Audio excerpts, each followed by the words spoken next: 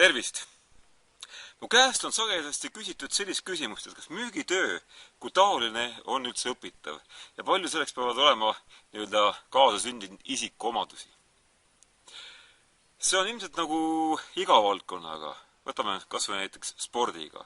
On talendikamaid sportlasi, kellel on paremad füsioloogilised eeldused ja on vähem talendikamad, kes peavad rohkem tööd tegema. Aga ma julgen arvata seda, et kui pisike laps sünnib, siis ilmselt ei ole ju nii, et vanemad ja ämmaemand vaatavad heldinult, et pisikene, temast saab tulevikus kindlasti üks väga hea müügiinimene. Müük on õpitav. Kui mina alustasin oma müügiinimese karjääri aastal 1993, ma ei teadnud müügist mitte midagi. Ma õpetasin kooli ja ma pidin tegema mingisuguse valiku, minema kuhugi tööle. Ja kuna mitte midagi muud ei osanud, siis ma alustasin müügiinimesena.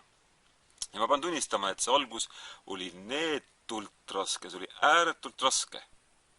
Kui ma olin müünud umbes pool aastat tukselt tuksele profitkaardi nimelist sooduskaarti, see hetk läks mul tõesti üllatavalt hästi kuidagi, aga ma ei oska öelda, millega seonduvalt.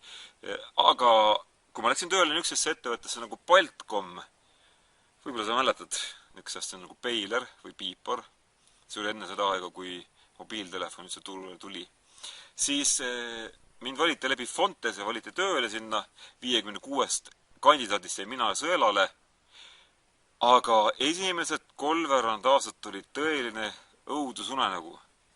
Ma ei suutnud absoluutselt müüa ja tagantjärgi ma sain teada, et mind taheti ka lahti lasta. No loomulikult, kes see tahab hoida müügiinimest, kes ei suuda tulemust näidata.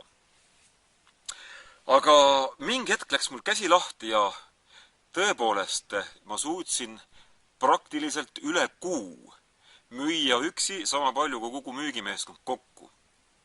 Ma võitsin kõik müügivõistlused, mulle anti Baltcomi parima müügimehe tiitel ja nii edasi, teenisin isegi peadirektorist kohati kõrgemat sissetulekut. Mis viis mind siis sellise eduni? Ma ei teadnud see hetk mitte midagi müügitehnikatest, ma ei teadnud midagi vastuväidete ennetamisest või closingu tehnikatest või eristumisest. Aga üks oluline asi, mis võiks iseloomustada iga head müügiinimest, on oskus kuulata ja oskus esitada õigeid küsimusi. Ja tõepoolest ma avastasin seda, et kui ma klientide juurde läksin, mul meeldis neid kuulata, mul meeldis esitada küsimusi ja ma sain läbi selle palju rohkem teada kliendi kohta, ma sain läbi selle palju parema isikliku suhte. Ja müügis, kui me üldse saame rääkida müügis reeglitest, siis üks reegel on see, et enne, kui sul õnnestub maha müüa oma toode või teenus, pead sa maha müüma iseenda. See on üks müügi olulisemaid saladusi.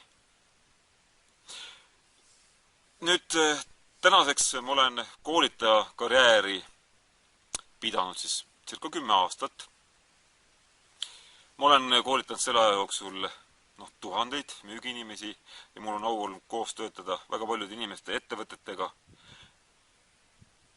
Mida rohkem ma müüki õpin, mida rohkem ma müügi kohta loen, selle rohkem ma veendun, et siin on kohutavalt palju veel leida, veel avastada, veel juurde õppida. Et ei saa öelda, et nüüd on mul müük selge, vastupidi.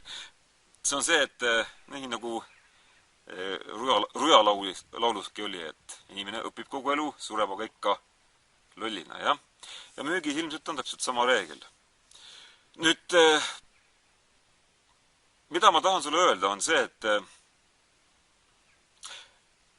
isegi kui sul on praegu raske, siis ära heida meelt. Õpi müügi kohta, kas või iga päev, kas või 10-20 minutit loe, esita küsimusi, osale foorumites, külasta kas või näiteks müügirofee saiti.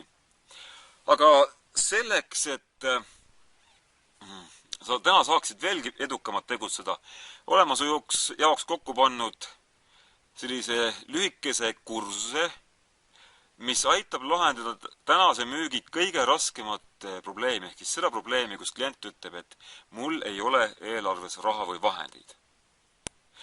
Ma loodan, et sa saad sellest kursusest natuke abi ja selleks ei ole sul vaja midagi muud teha, kui panna lihtsalt sinna oma meiliaadress ja esimene kursus, esimene video tuleb sulle juba meilile. Müük on õpitav, nii nagu kõik muud asjad. Ja ma loodan, et sa saad sellest abi, soovin sulle edu, hoian pöialt ja müü hästi!